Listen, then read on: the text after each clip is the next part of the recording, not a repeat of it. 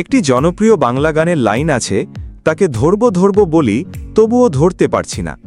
বর্তমানে নবম জাতীয় পে স্কেলের পরিস্থিতিও যেন ঠিক তেমনই। বারবার মনে হয়েছে এবার বুঝি পে স্কেলের গ্যাজেট প্রকাশ হতে যাচ্ছে, কিন্তু শেষ পর্যন্ত সেটি আর বাস্তবায়নের পর্যায়ে পৌঁছায়নি। গত মাসের শেষ দিকে সরকারি কর্মকর্তা কর্মচারীদের মধ্যে ব্যাপক আশাবাদ তৈরি হয়েছিল। এরপর কিছুটা হতাশা এসেছে, আর বর্তমানে পরিস্থিতি অনেকটাই স্থবির বলে মনে হচ্ছে।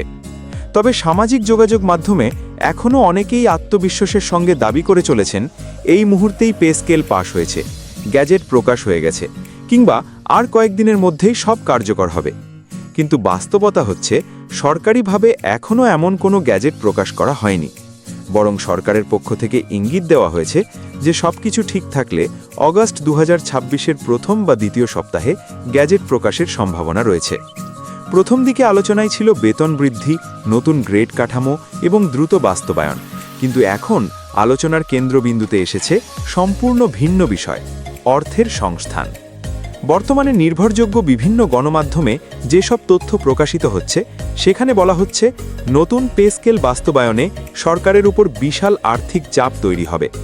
এই ব্যয় নির্বাহের জন্য সরকার বিকল্প অর্থের উৎস খুঁজছে। একবারে নয়, বরং ধাপে ধাপে পে স্কেল বাস্তবায়নের পরিকল্পনা নেওয়া হয়েছে। অর্থনৈতিক বাস্তবতা এবং আইএমএফের পর্যবেক্ষণের কারণে চূড়ান্ত গ্যাজেট প্রকাশে বিলম্ব হচ্ছে। অর্থাৎ আলোচনার ধরন এখন অনেক বেশি অর্থনৈতিক বাস্তবতা এবং বাজেট ব্যবস্থাপনার দিকে চলে গেছে।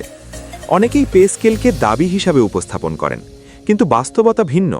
প্রায় 10 বছর ধরে জাতীয় পে স্কেলের কোনো সংশোধন হয়নি, অথচ এই সময়ে দেশের মূল্যস্ফীতি, খাদ্যপণ্যের দাম, চিকিৎসা ব্যয়, বাড়ি ভাড়া, শিক্ষা খরচ সহ প্রায় সব ক্ষেত্রে ব্যয় কয়েক গুণ বেড়েছে। সেই হিসেবে নতুন পে স্কেল আর কোনো বিলাসিতা নয়, এটি সরকারি কর্মকর্তা কর্মচারীদের জন্য একটি অপরিহার্য প্রয়োজন। কারণ বর্তমান বেতন কাঠামো দিয়ে জীবনযাত্রার ব্যয় সামাল দেওয়া ক্রমেই কঠিন হয়ে উঠছে। সবচেয়ে ইতিবাচক দিক হল অর্থমন্ত্রী স্পষ্টভাবে জানিয়েছেন যে নতুন পে স্কেল বাস্তবায়নের নীতিগত সিদ্ধান্ত ইতিমধ্যেই নেওয়া হয়েছে। তিনি আরও জানিয়েছেন পে স্কেল ধাপে ধাপে বাস্তবায়ন করা হবে। এটি 1 জুলাই 2026 থেকে কার্যকর ধরা হবে, অর্থাৎ গ্যাজেট পরে প্রকাশ হলেও কার্যকারিতা 1 জুলাই থেকেই গণ্য হবে এবং প্রাপ্য বকেয়াও পরিশোধ করা হবে। সরকার একবারে পুরো পে স্কেল কার্যকর করতে পারছে না, মূলত অর্থনৈতিক সীমাবদ্ধতার কারণে।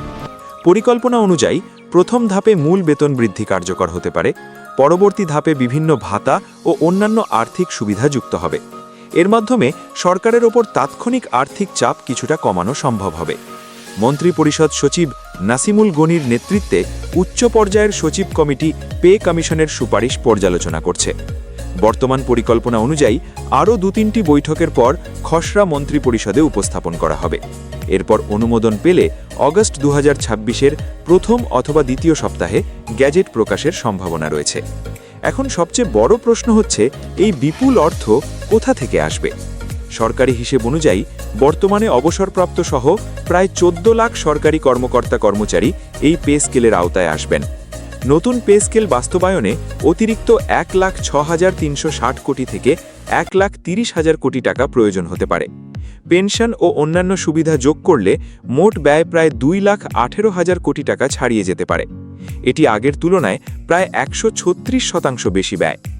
2026-27 অর্থ বছরের জাতীয় বাজেট প্রায় 9,38,000 কোটি টাকা, কিন্তু নতুন পে স্কেলের ব্যয় যুক্ত হলে বাজেটের আকার 10 লাখ কোটি টাকা ছাড়িয়ে যেতে পারে। রাজস্ব আদায়ের গতি প্রত্যাশিত না হওয়ায় সরকার বিকল্প অর্থের উৎস খুঁজছে। কিছু কর্মকর্তা আশঙ্কা প্রকাশ করেছেন যে প্রয়োজন হলে টাকা ছাপানোর মতো কঠিন সিদ্ধান্ত বিবেচনায় আসতে পারে। আইএমএফ মূলত একটি প্রশ্নই তুলেছে, এই বিপুল ব্যয়ের অর্থ সরকার কোথা থেকে সংগ্রহ করবে। বাংলাদেশের বাজেট দীর্ঘদিন ধরেই ঘাটতি বাজেট। এমন পরিস্থিতিতে অতিরিক্ত বিপুল ব্যয় সরকারের জন্য বড় চ্যালেঞ্জ। তবে ইতিবাচক দিক হল সরকার পে স্কেল থেকে সরে আসেনি। অর্থমন্ত্রী জাতীয় সংসদে বিষয়টি ঘোষণা করেছেন।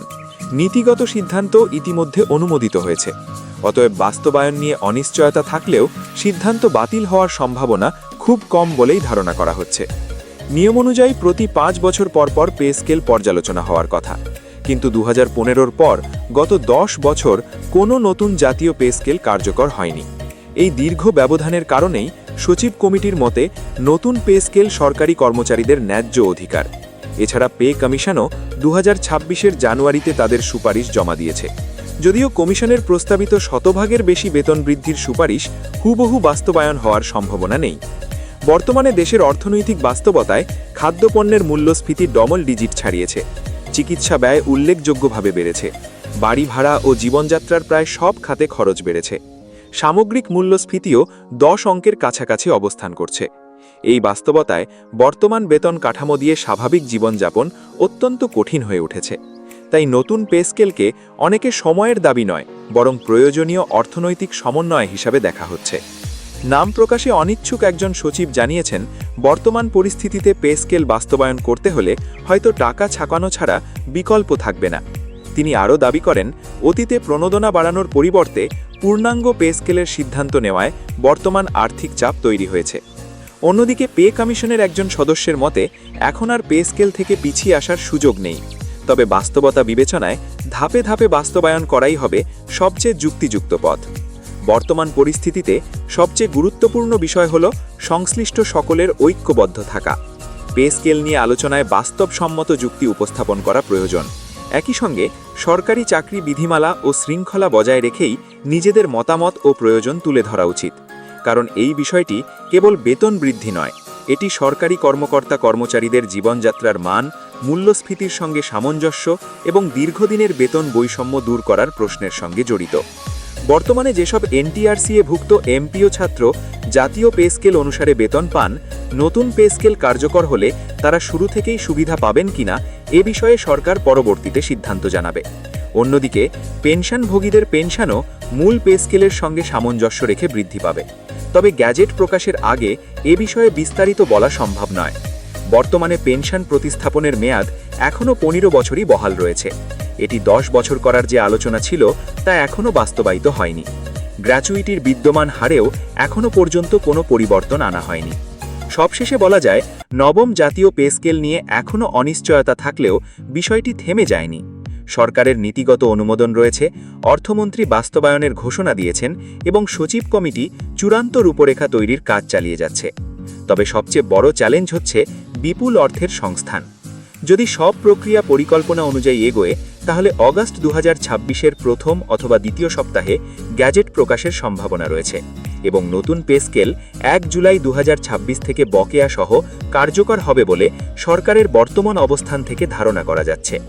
অতএব সরকারি কর্মকর্তা কর্মচারীদের জন্য এটি নিঃসন্দেহে একটি গুরুত্বপূর্ণ সময়। সামনে কী সিদ্ধান্ত আসে সেটিই এখন সবার প্রধান অপেক্ষার বিষয়।